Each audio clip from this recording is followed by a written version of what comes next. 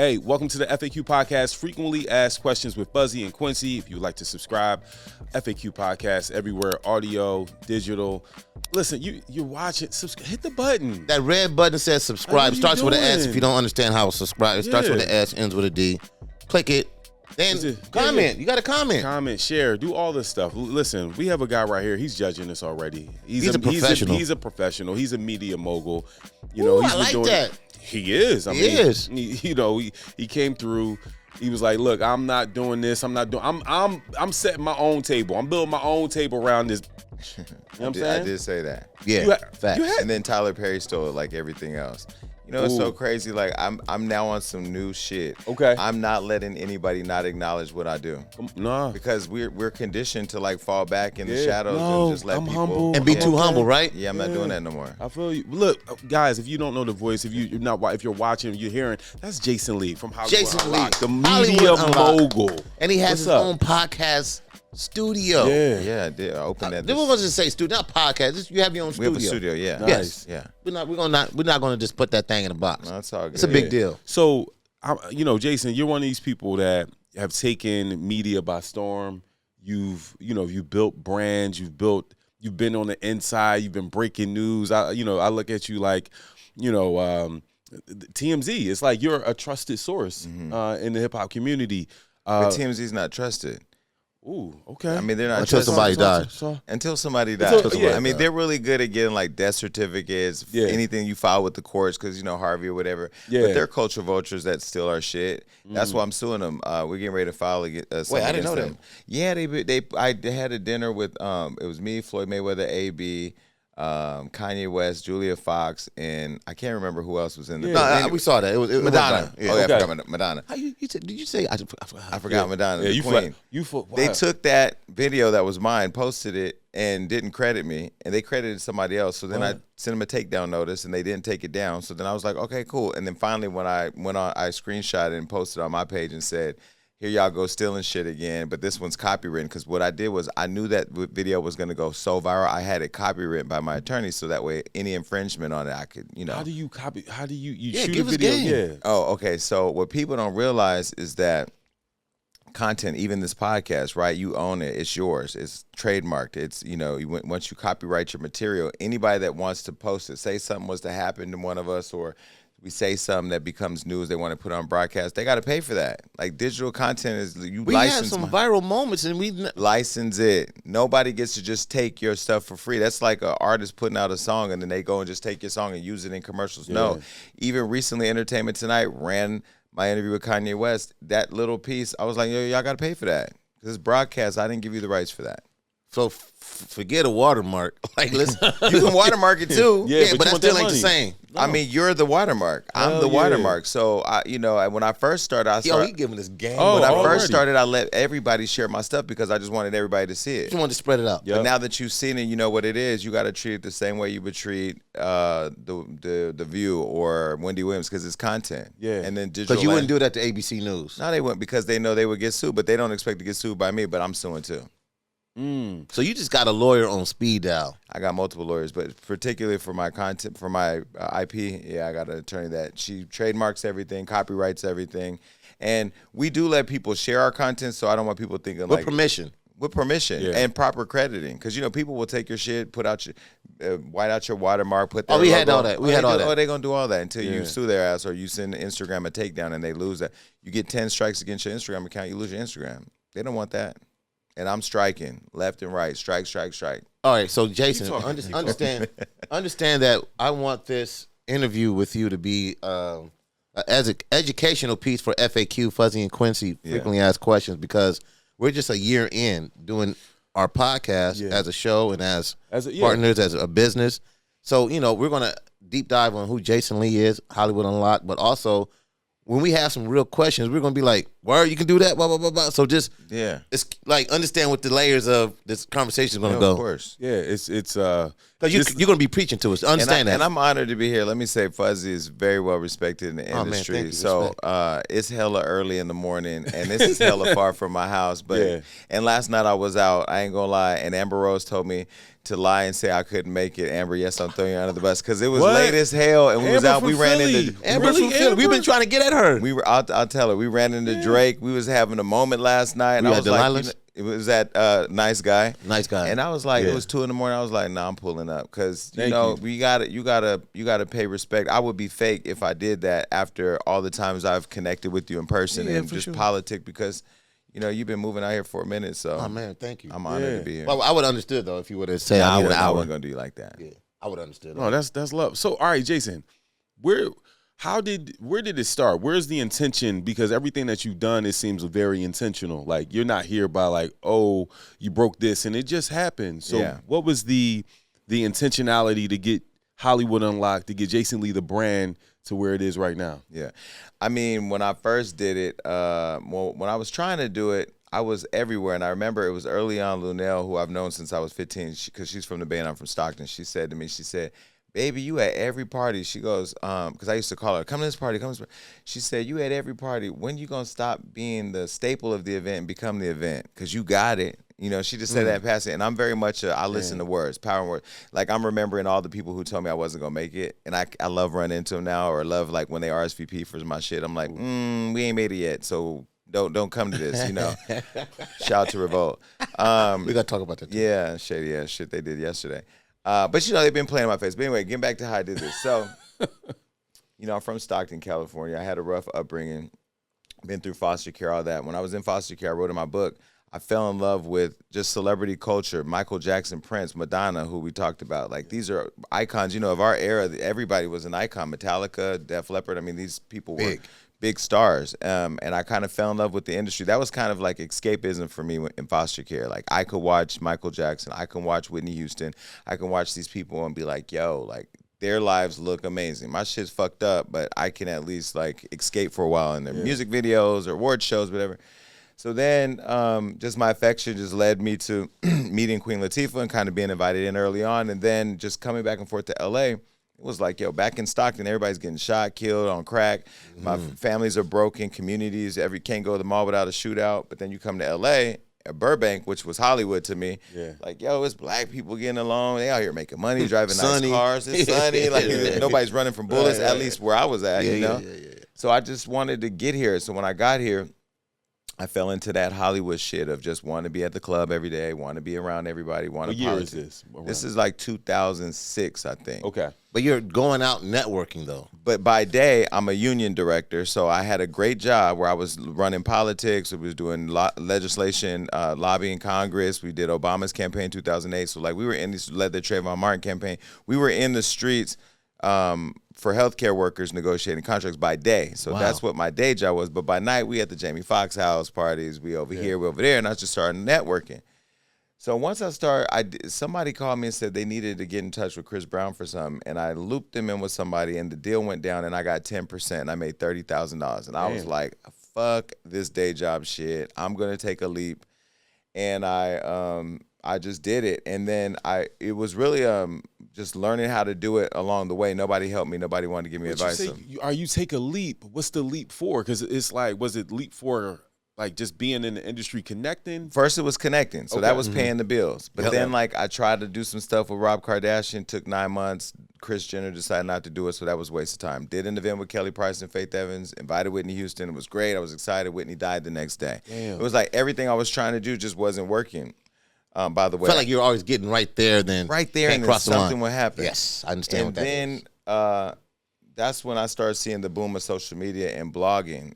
But blogging was negative. It was like that nasty, messy thing, and I was like, I got all these relationships. They're not gonna really fuck with me, but let me try it. Maybe they'll fuck with me if they still support me because you're on some inside privy. Because I'm on the inside, so maybe they'll be like, yo, this is our guy. Yeah. When that happened, I launched Hollywood Unlocked. What year was that? 2015. Okay. Yeah. I launched Hollywood Unlocked. And you guys' emails were immaculate because it was you guys were putting it out like we that. Be on it. We still doing it. Yeah. So we launched Hollywood Unlocked. Didn't really know what I was doing, but I was trying to figure it out.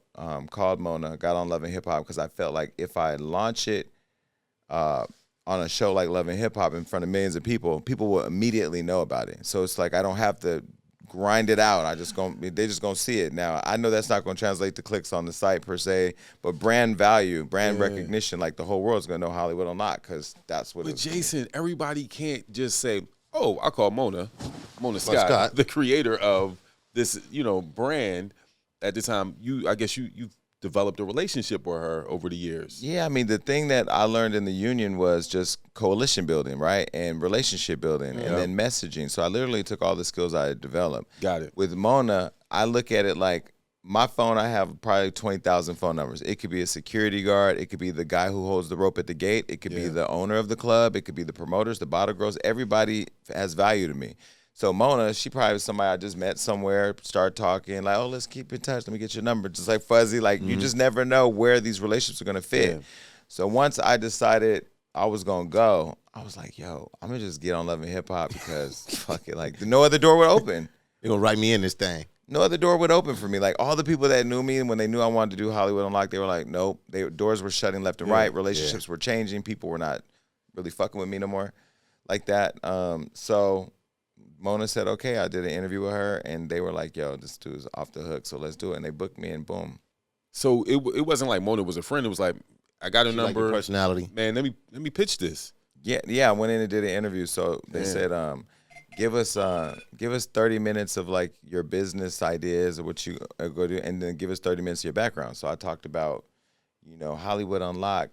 Their business is my business, so I'm gonna be in everybody's business. And then this and that. And they were like, "Well, tell us what you think about so and so." I'm like, "Well, they're broke because this is not true. They're doing this, and they just love the fact that I was being honest. But I was saying like, it was some bullshit. Like these people ain't really doing nothing. Like houses rented, blah blah blah, blah blah blah. They living in a hotel with plastic bags. This some but they fabulous when you turn these cameras. So I just came in just thinking transparency is gonna be my thing. Just be honest. I wasn't rich at the time or whatever. So see how he said at the time. Hilarious. Then I felt like I didn't really understand Final Cut and having like complete creative control. I didn't understand that. I just thought what I'm shooting is what you're gonna see. Yeah. That didn't happen. So then I launched a podcast because I felt like I can control this. People can see me, and then I'll bring in my relationships. And then now, no matter what the TV show does, the people can always go, "Wait, why he look like that over there? If he looked like this over here, he can't be crazy." When I launched the podcast, that kind of took off. Now, how did you lose the podcast? No, how to launch it? You said launch. I think you said lost it. No, launch. No, we still got it. So launched it. But then I started using it as an opportunity to get more opportunities. So like interviewing Nick Cannon, I'm like, yo, I need a job. I left Love and Hip Hop. What's up with Wildin' Out? And he gave me a job in Wildin' Out. Boom. Now I got another job. That gives me more mainstream look, but also being able to. Closed mouth don't get fed. Yeah. Closed mouth don't get fed. Thanks. So then I just did Wildin' Out for 4 seasons, and then now here we are. We just continue to elevate. And then you were on Wendy Williams' show. Wendy Williams, yes. I was a fan of hers because I feel like she was literally like, she's the culture's Howard Stern as much as people don't want to give her the credit.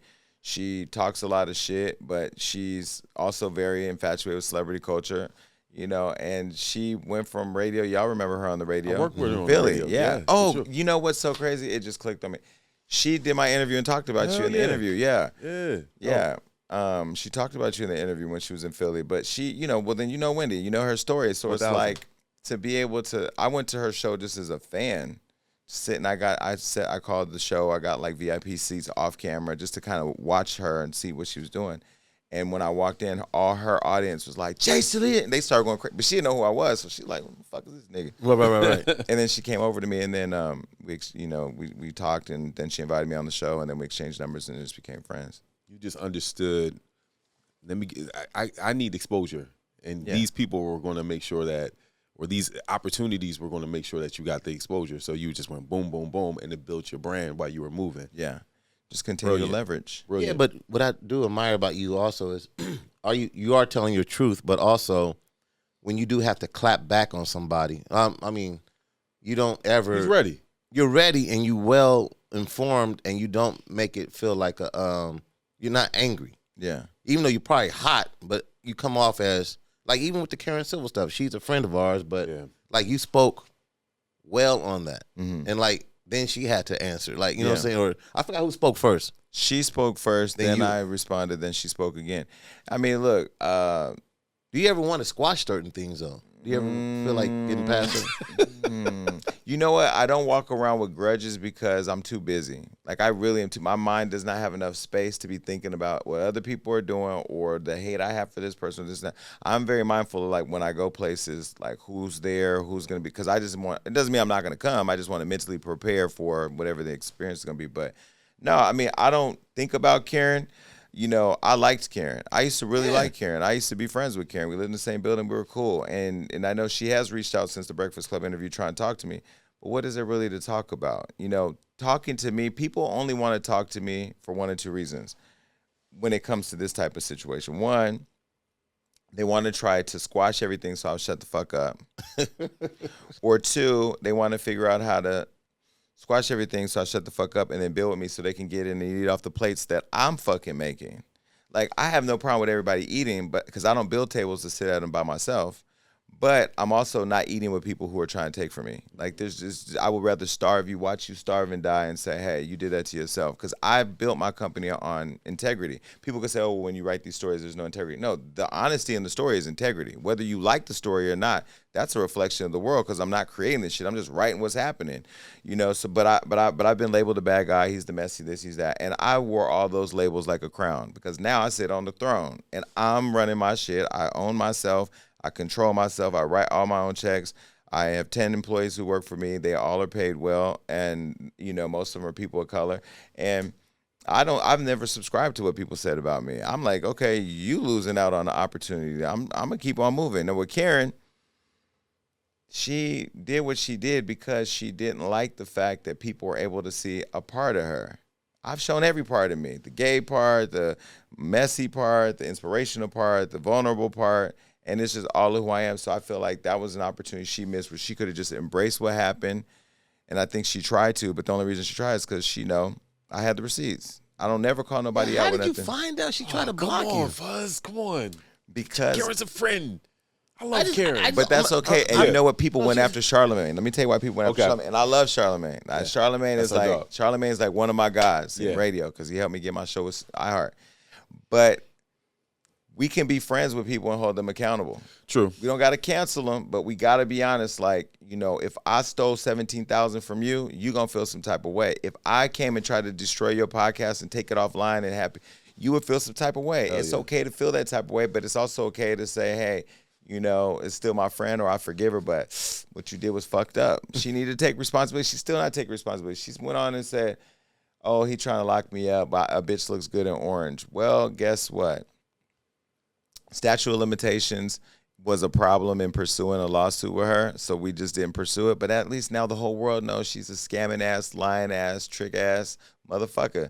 And you know what? I have no love for her, but I have no hate for her either. I just am gonna call God damn it! Okay. Wait, hold on. She says I have no love for her, but I don't have no hate. No hate.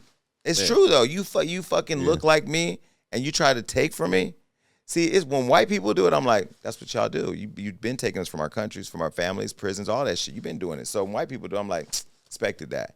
When black people do it, I'm like, yo, you a different type of nigga. But how did you find out? Like, that's what I want to know. Like, how did you get? Because the hacker called me. I didn't know that. Because she didn't pay the back end. Now, you know, like if you manage an artist and you go to do a show, you manage Drake, y'all get to a show. Drake wants his back end before he get on that stage. Wait, there ain't no back end, so he's going to do what? Go to social media and say, not performing tonight, promoter didn't give me the back end. He didn't get the back end, so he called his brother, and his brother happened to have met me at Art Basel, and the brother called me. I was like, yo, really? Look how God works. Look at God. Wow. It just fell in your lap like that? Bam. Wow. What's a lot. Yeah. What's the business of Jason Lee? What's the daily business of Jason Lee today? Like every day you get up, because a lot of people think it's just like, oh, you broke the story, so you're in the club with Madonna. It's like, no, it's a real work. business. It still works. What's the business of it? So every day I get up, the first thing I do is check all my social media to see if I'm in trouble, to see what happened, to see who said what every day. That's the first, before I even roll out the bed, I literally roll over and I just look at social media and I go, okay. And usually I'm not in trouble, but you know, people, sometimes they like the stories we write or don't write. I don't write no stories on my site. No, not one. I don't write no stories, but I get attacked for everything, which is fine because they know it's me, your right? brain. You're It's my brain. yeah. So I look at that, then I check emails, then I check that PayPal, then I check, who you checking the PayPal? Who's paying you from the PayPal? just advertisers, people who buy merch or products, you know, like I just check to see how much money we made. And then we have a team meeting every morning at 9 o'clock, all staff every day, Monday through Friday, and we go through everything from social media to YouTube to the website, stories that they want to pitch for days, interviews we're doing or whatever, requests, brand partnership stuff. And then I have breakfast because you have to be nourished, and because you got the day ahead of you, you know. And then I have my day laid out. So yeah, man. So it's the podcast, but there's a lot of business. I think, like as you pointed out, people see like the stories or the interviews and think it's just social media or whatever. But there's a lot of business. There's a lot of, you know, dealing with the labels, dealing with networks, dealing with events that you got to go to, deciding where you want to spend your time. And when you start rising, then you start getting pulled in different directions. So being mindful of like, I don't really need to be there because there's no reason for me to be there. Because like, your time. Yeah, because you don't have the time. You just like right now, my time is I don't even have the time. Yeah. Right. So what was the first thing you had to do? Because you seemed like you were doing it all by yourself. What was the first? You said, I need to build this thing out. Like, what was the first thing you did to build your team out?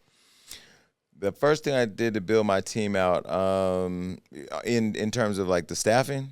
Yeah, this is help.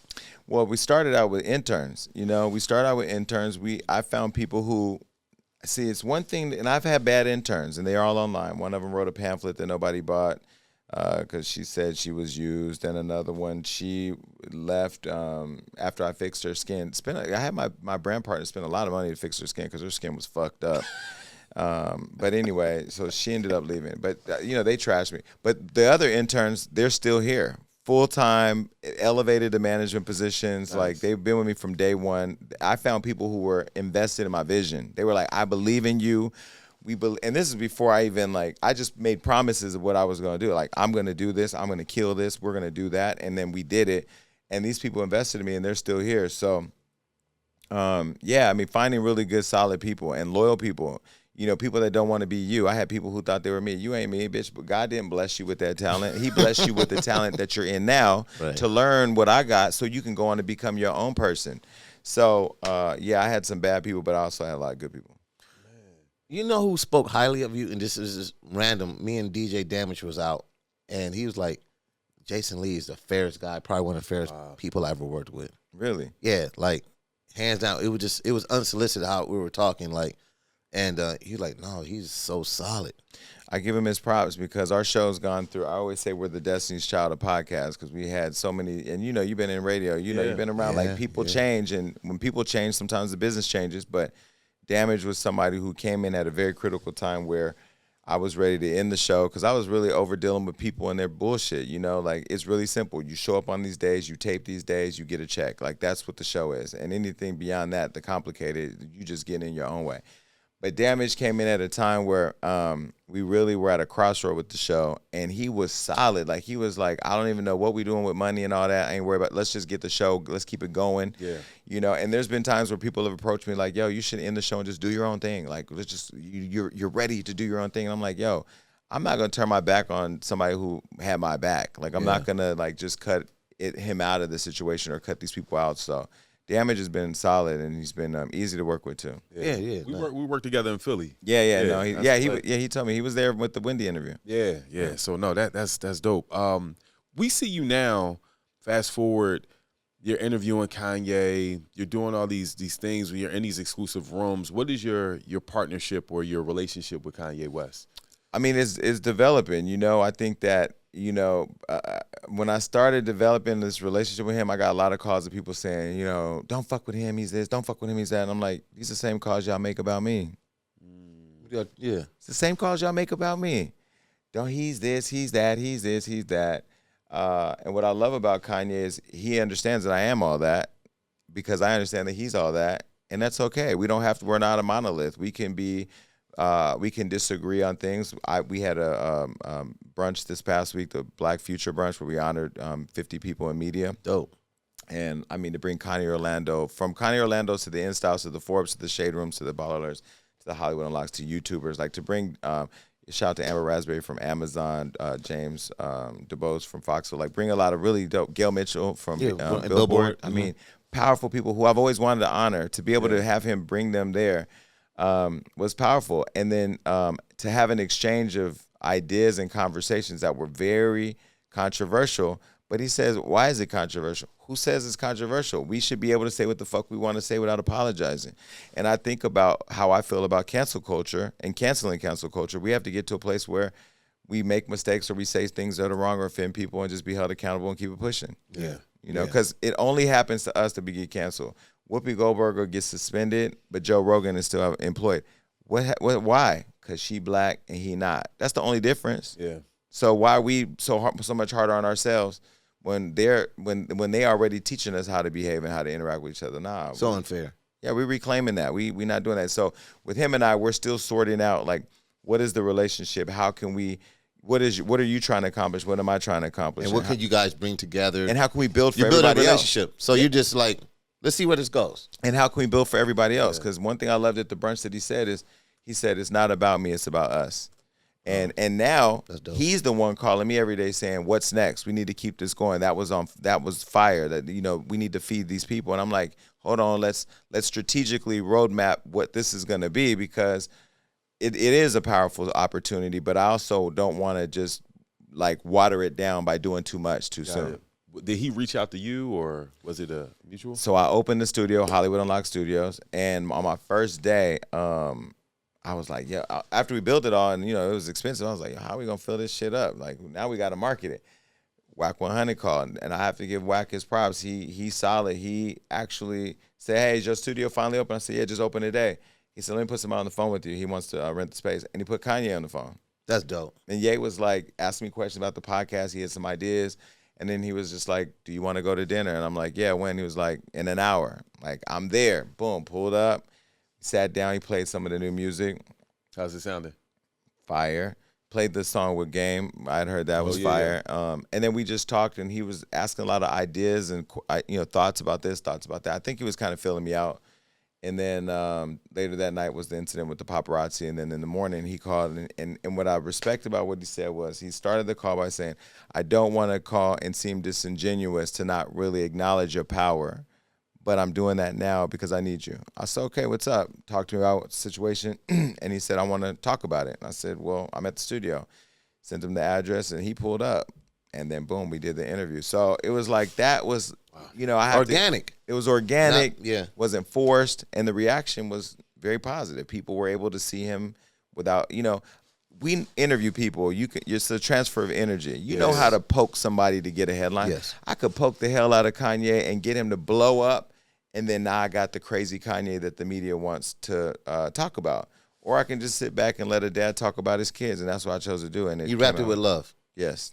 Absolutely. Yeah. Do you see the different energy with Hollywood Unlocked and the opportunities that are happening because you have a physical space now? You know? No, I think it's happening now because I've changed the direction of how I want to do my job. When I started Hollywood Unlocked, like I said earlier, I really thought celebrities would gravitate towards me because I had all the relationships. Like we were with Drake last night, kind of laughing that I remember Drake when Drake was thinking of how big he was going to be, when he was doing his first mixtape, when he was talking about, and he's still the same humble guy, but like we were kind of laughing that like he literally has built a whole career and gotten to the top off integrity and talent, which is, you know, rare these days, right?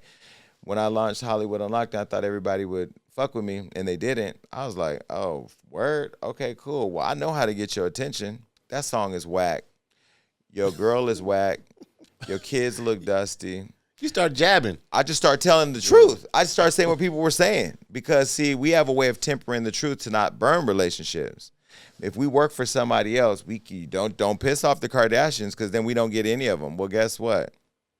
Sometimes you got to piss people off by telling them the truth, because there's not enough mirrors in their house. You know what I mean? Right. So with Hollywood Unlocked, I felt that now people are starting. When Kevin Hart said to me, you've mastered the tea. What else is left in your career? Wow. And I said, well, he said, you need to master that cappuccino. Get that next level interview. Take your career to the next level, because people will talk to you because you know how to make them look good, but they're so afraid of you. Like, damn, I never got in this business because I want people to be afraid of me. I wanted people to respect me. So I had to temper kind of my approach. Like, I don't want people to be afraid of me, but I also want them to be able to embrace conversations that the culture want to hear.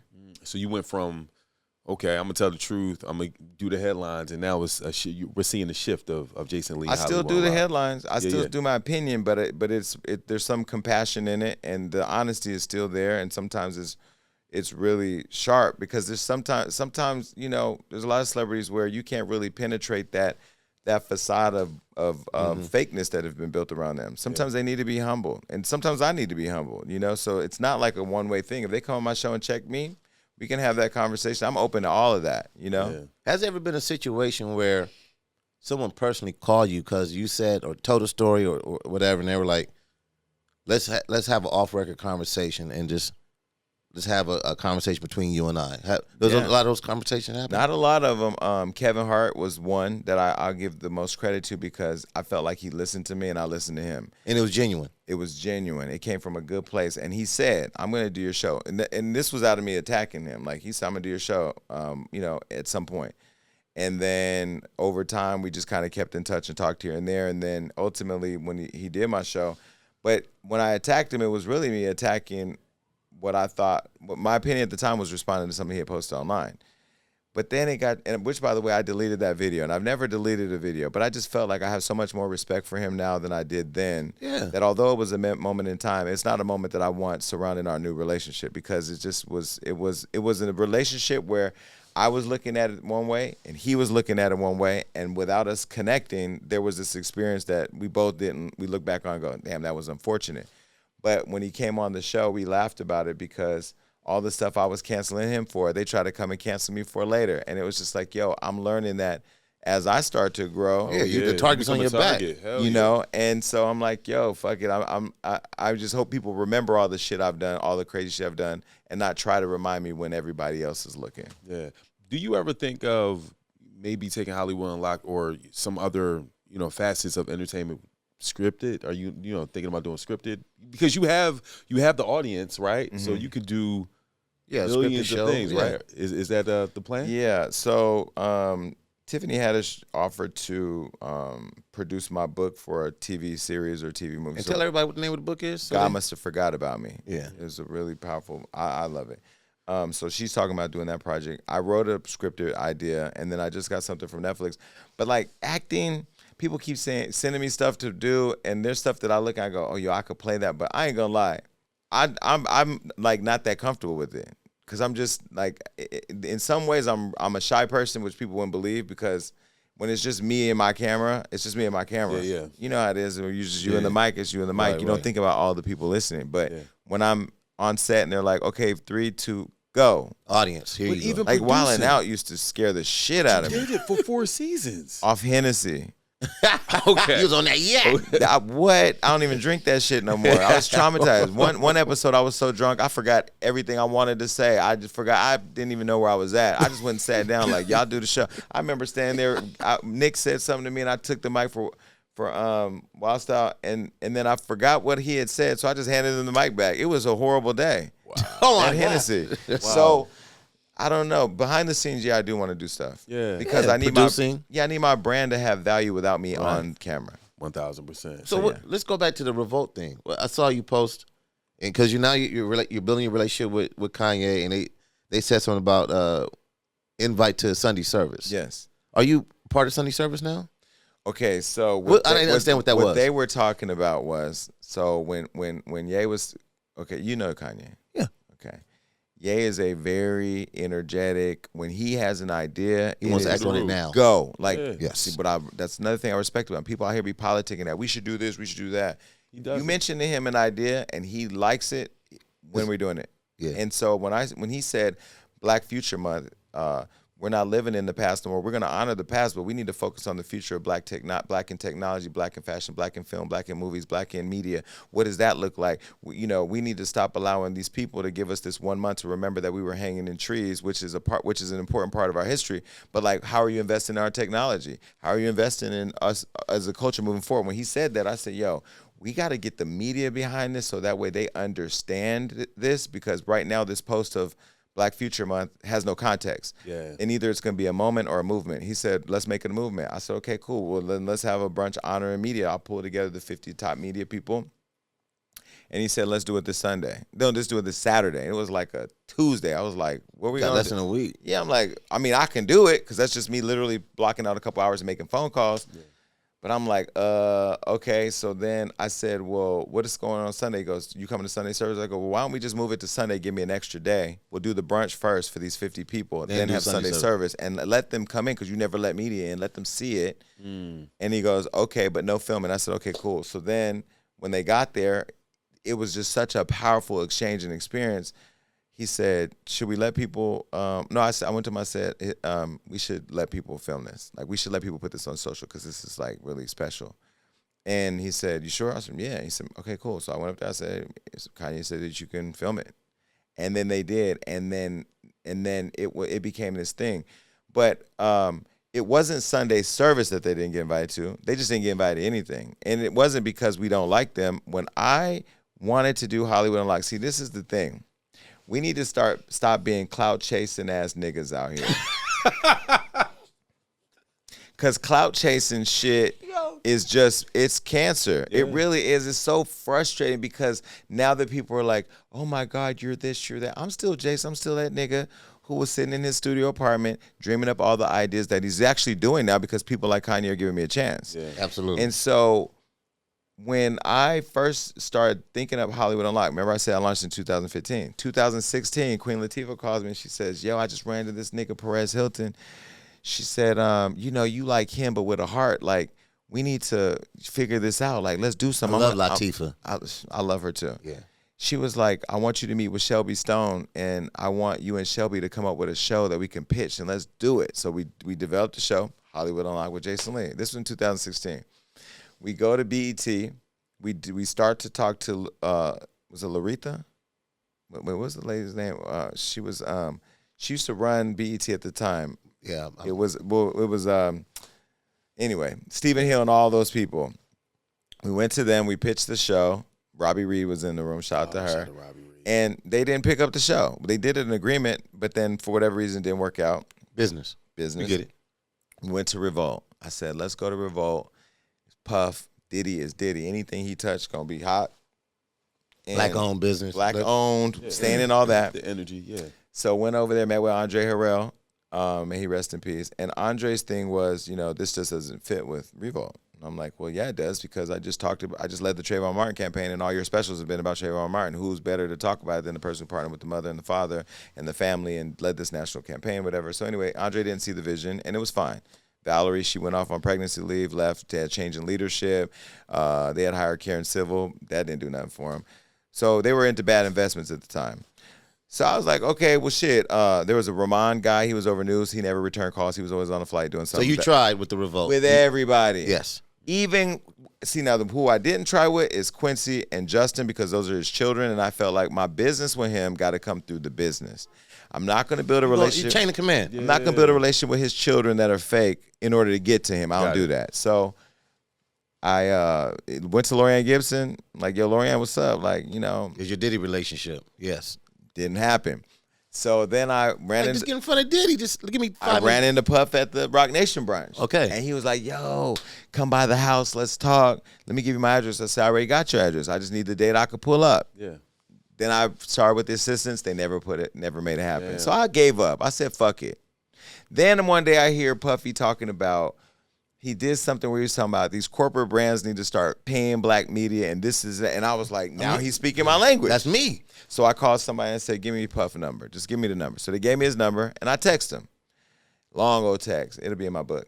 So he responded, who is this? I said, this is Jason Lee, Hollywood Unlocked. He sent me a voice note. He said, I'm not as familiar, but let me get my team on it, and we'll reach out. They never reached out. So I just said, you know what? You got to learn you got to learn how to know when it's time to walk away. Yeah. When you have done everything you can, it's like being in a relationship. I did everything I can. Why you just have Latifah call him? Because you're calling back because of Latifah. I want you to call back because of me. I got it. See, I'm tired of giving my power to everybody else. Latifah is Latifah. I don't need her no more. That's my friend if she want to be. But if she don't, I'm still Jason Lee. I'm going to stand on my own. I don't need her. She was there for a chapter in my life that was important to me, and it's in a book on a shelf, and that chapter is done. I'm building my own chapters now. I don't need Floyd Mayweather. You don't always need the cosign. But here's the thing. Acknowledge my me. name. It's a cordial call, and that may not go anywhere because I would feel a certain call and be like, I'm trying to get somebody on because, FAQ. I'm like, listen. I'm like, nah, I'm calling. Right. That's how I feel. Like if I call, I'm like, please pick up or just tell me you're not available. Period. And listen, I feel you. If they're not available now, when you're hot, they're gonna be available. Dude, we had and then you're not available. Yesterday. We had that conversation. I was like, no, like I had a conversation with the person. Fuzz was gonna call somebody else. I'm like, don't call the person. Me and that person had the conversation. If you said you were supposed to do something, you didn't do it, you don't have no integrity. I have no respect for you. Like my man Fat Joe said, the price goes up. Yeah, I'm no, cool. No, yesterday's price is not today's price. You're speaking our language. That's why we're getting no, you preaching to us. So I felt like, and this was a moment where, I continually check my ego because we all have an ego, but I don't lead with my ego. My ego now, the way I define it as ego is, y'all gonna stop fucking playing with me. You gonna stop fucking playing with me. And if I have to remind you, now I don't want to lash out. I don't want to post shit. I don't want to do that. But you're not playing on my time anymore. If you have something negative to say about me behind my back and I find out about it, I'm calling you out. If you are black and you sit with brands, with white brands and circulating white dollars and they're not circulating our community, I'm going to call you out. You can't talk about culture when you don't believe that money white people are leasing our culture for should not come to the people who are driving the culture. If you look at the top 3 blogs, Hollywood Unlocked, Shade Room, Ball Alert, it is what it is. Any of you other bloggers that are mad, keep doing the work. You'll get there. When it comes to podcasts, you can't look at Breakfast Club and Hollywood Unlocked or Joe Budden. Well, his show's on life support, but those places, you can't look at them and not say like they don't have influence. We have the numbers. It's all there. So why is it that all these house niggas is sitting with all these brands and not spending money? It just doesn't make any sense. Break bread because that's how you really help in the culture by investing. I'm going to tell you something. They can say whatever they want about Kanye West. You break bread. He's had a lot of things. He said a lot of shit that I didn't even agree with. But what I could tell you, the man that I'm getting to know, how I see how he's putting on for the culture and what he's doing behind the scenes, making these brands. I said to him, yo, we need to figure out how to get Gap and Adidas to support this movement. He put me in a text with the CEO of Adidas and the CEO of Gap, president of Gap. Let's make it happen. Yo, we need to do X, Y, Z. Put me in a text with Larry Jackson. He's not playing. He's not hiding his relationships. He is forcing people to either get with the program or not. And you can never say you never did because he going to screenshot your text and put it on social media. Yeah, he done that before. So what I love about it is when with the Revolt thing, what really bothered me was had they been top of mind because they were reaching back when I was reaching to them several times. When they launched their Ciroc, when they launched the new liquor, they said, oh, we really need to launch this new liquor. I said, well, Cardi B's birthday is this week. Why don't we do a surprise birthday party for her? And we'll let the brand be premiered at her birthday party. I had Jeremy Scott. I had everybody, fashion, everybody there. Yeah. And they got all this free promo. And Cardi posted about the bottle, holding the bottle. Didn't even pay for that. Didn't even thank me for that. Didn't even say, hey, Puff, this is the guy that did it. I did a lot of behind the scenes shit. Y'all gonna stop playing with me. So I had to remind them yesterday when they did this tweet that you weren't excluded. You just didn't want to be included when I came to you first. I came to you first when you got that $200 million and said, hey, you got the soundstage. Let's create a show. I came to you and said, hey, I want to help lead on your digital. I came to you saying I wanted to do stuff with you, but you said no. So what was I supposed to do? Sit there and get on my knees? I'm not going to get on my knees. I'm not sucking nobody's dick in this industry to be respected. You're going to see it or you're going to feel it when you disrespect me. And yesterday was an indication of people saying, oh, Revolt, you're late. Revolt, you're late. Now y'all look late. And now if you want it bad enough, you want to be there, buy the footage and air it on Revolt. We filmed it all, 2 hours worth of footage. You really wanted to be there, buy the footage. I'll call Ye. Ye got a relationship with Diddy. But everybody do that internet talking. I don't do the internet talking. I mean, I do when I have to, but the new shit I'm on right now is yesterday's price is not today's price. Shout out to Fat Joe. Yeah, shout out to Fat Joe. And then you just going to respect me. Yeah. Period. So I love it. I like this. I like this energy because He's talking to us on a couple of levels. Oh, well, 1,000%. So you, it seems right like you have Hollywood Unlocked, but Hollywood Unlocked is your brainchild to show your other things because you're doing marketing, you're doing PR, it's more than like you talking to Ye and saying, Ye, I think they should be able to let the media film. You're a consultant too. You're a strategist. Like this isn't just a people blogger. are barely getting it. We launched Hollywood Unlocked Agency. We didn't even do a formal launch, but on the agency side, we work with a lot of brands. So they want to do brand deals. The brand team deals with the celebrities to do that, and then we create the content and amplify it on Hollywood Unlocked. So it's an ecosystem of content creation where there is brands, there are talent. You know, now what we're building with Ye, I think once it's announced, they're gonna be like, yo, they literally about to change the game. But the exciting part about it is I'm doing everything I wanted to do. We launched an award show when I got denied at the VMAs. I'm like, how I get denied at the VMAs when I'm on Wild 'N Out and on Love and Hip Hop and I just play myself on BET. So I launched my own show, Hollywood Unlocked Social Impact Awards, and now Tiffany Haddish is hosting this year, and we're honoring like some dope people. So I kind of feel like When is that? When is it? Yeah. BET weekend. Okay. So I was telling like Kanye Orlando yesterday, like this needs to be shot during that weekend and let's turn it into a show. Like let's show people that a nigga with a GED who was in foster care, who has no formal education, who's black and gay and unapologetic can have opportunities that these white people are giving their cousins, nephews, and nieces. Like we need to be able to politic our own culture with each other because this is where the value is. And I think with the Revolt stuff, those distractions of why am I not included, you need to ask yourself why you're not at the table. The table has been built since 2015. Yeah. There's enough chairs around the table. You're not coming to the table. Now the block is hot, and everybody want to be sucking Kanye's dick, so they're like, why ain't I in Sunday service? Was you at any Sunday service? Was you praising any God? Stop focusing on what everybody else doing and find out what you not doing. Because I'm working. I'm just doing the work. Everybody's invited. Not threatened by nobody. There's enough food for us all to eat. But what you're not going to do is, and I text Puff yesterday. He ain't respond, but at least I'm covering all my. But like, this is what your company did? Look what your company is. They out here acting a goddamn fool. What social media nigga did this? Fire him. What? You let some social media, in the midst of Black Future Month, when I'm standing there with Kanye West with all of black media talking about excellence and opportunity and how to invest, your fucking social media people are coming for me? Fuck you. Y'all got me fucked up. Not Puff, them. Yeah. Because Puff don't know. He don't know. And Puff is on some love and black love and investing. Like, I know the energies are. That's why the frustrating part to me, and Fuzzy, this is, I'm sure you know because you've been around for a minute.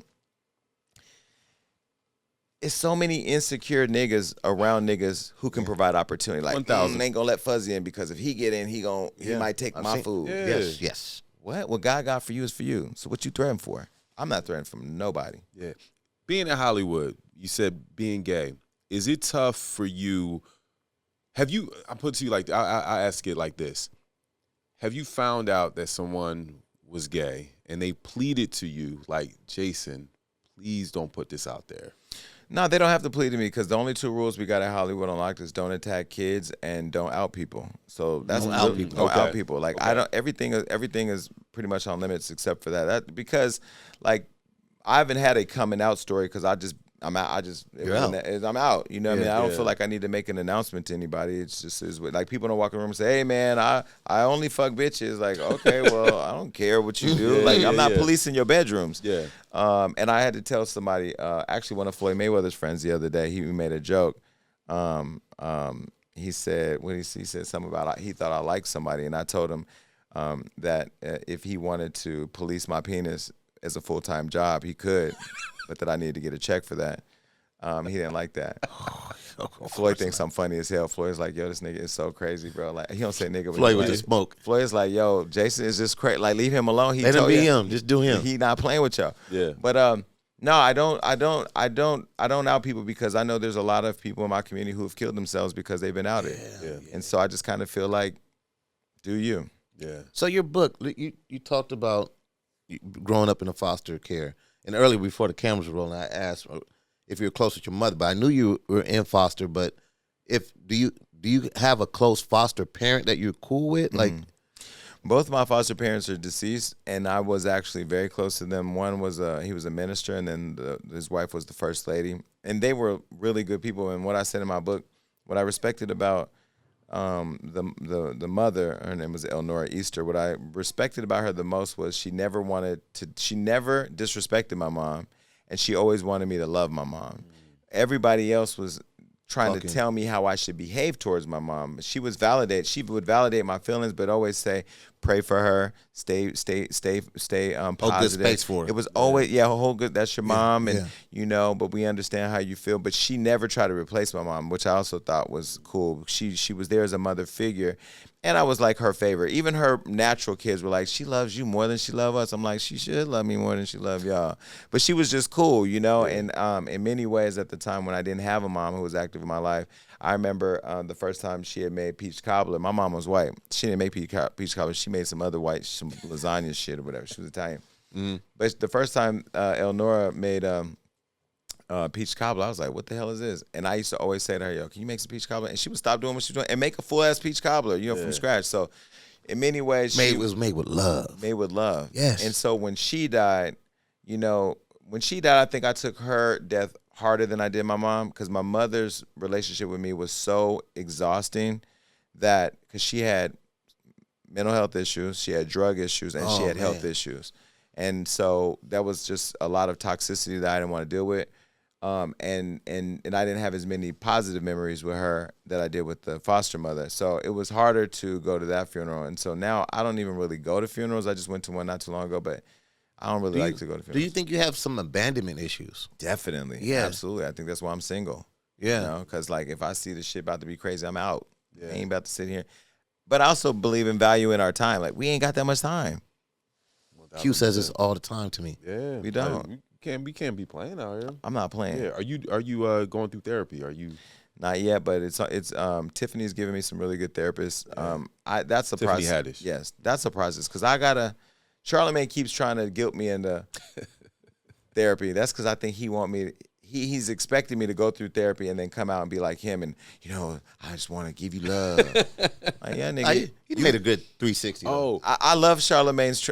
I love his growth, and I love that he just wants everybody to go with love. Yeah. But you know what? Sometimes you need to tell a nigga, nah, you fucked up. You want to keep your sauce. You want to keep your sauce. And it's even a protection tool. And even like Kevin, I be trying to tell him like, yo, nigga, stop pushing this cappuccino agenda, because I'm still me. Like, there are days I wake up and today I was riding down the street with my friend, and all the white people in my neighborhood kept waving to me, and I go, this is wave to your neighbor day. Hi, neighbor, because I don't do that. I be in the car, I just trying to get, and we started laughing, because everywhere along the way to get here, I start waving to everybody. Yeah. Some days I want to wave, and some days I just want to be in my music or just mind my business. But No, listen, man.